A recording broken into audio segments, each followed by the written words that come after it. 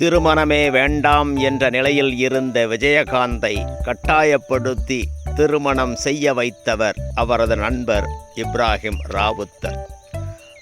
விஜயகாந்த் தனது 37வது வயதில் பிரேமலதாவை திருமணம் புரிந்தார். வேலூர் மாவட்டம் ஆம்பூர் அருகே உள்ள செம்பேடு கிராமத்தில் பெரியதொரு விவசாய குடும்பத்தில் பிறந்தவர் பிரேமலதா. பிரேமலதாவின் தந்தை கண்ணையா நாயுடு, தாயார் அம்சவேணி. பிரேமலதாவின் தந்தை, சித்தப்பா, பெரியப்பா என்ற பெரிய கூட்டு குடும்பமாக வாழ்ந்து வந்தனர்.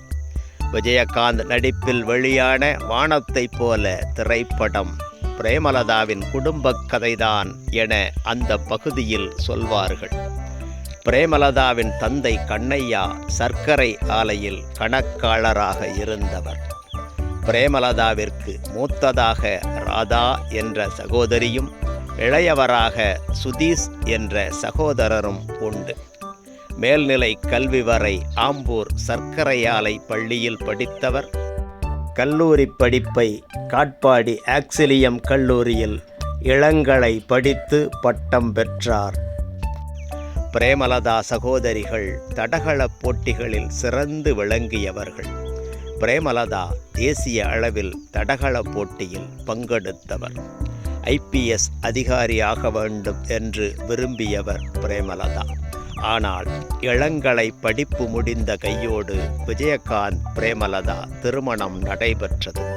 பிரேமலதா திருமண பேச்சுவார்த்தை நடைபெற்று கொண்டிருந்த பொழுது புலன் விசாரணை ஷூட்டிங் நடைபெற்று கொண்டிருந்தது. விஜயகாந்தின் நண்பர்களும் உறவினர்களும் முதலில் பிரேமலதாவை பெண் பார்த்து முடிவு செய்து பின்னர் விஜயகாந்த் பெண் பார்க்கச் சென்றார். பிரேமலதாவை பெண் பார்க்க பாம்பேயில் ஷூட்டிங் முடித்த கையோடு வந்த விஜயகாந்த் பெண் பார்த்து முடித்ததும் நாகர்கோயிலுக்கு ஷூட்டிங் சென்றார். அந்த சமயத்தில் சபரிமலைக்கு மாலை போட்டு இருந்ததால் காலில் செருப்பு கூட இல்லாமல் கருப்பு வேட்டியோடு சாதாரணமாக பெண் பார்க்கச் சென்றார் விஜயகாந்த். விஜயகாந்தின் இந்த எளிமை பிரேமலதாவின் வீட்டாருக்கு பிடித்து விட்டது. விஜயகாந்த் பிரேமலதா திருமணம் அன்றைய முதல்வர் கலைஞர் தலைமையில் ஐயா GK மூப்பனார் அவர்கள் முன்னிலையில் மதுரையில் ராஜா முத்தையா மகாலில் நடந்தது. அங்கிருந்து தமுக்கம் மைதானம் வரை திறந்த ஜீப்பில் கல்யாண ஊர்வலம் நடைபெற்றது. முன்னாலும் பின்னாலும் ரசிகர்கள் ஓட்டமும் நடையுமாக வர கண் பார்வைக்கு தெரிந்த வரைக்கும் தமுக்கம் மைதானம் முழுவதும் மக்கள் வெள்ளம். ஜனத்திரளுக்கு நடுவில்தான் விஜயகாந்த் பிரேமலதா கல்யாணம் நடைபெற்றது. ரசிகர்கள்தான் திருமண விருந்தினர்கள்.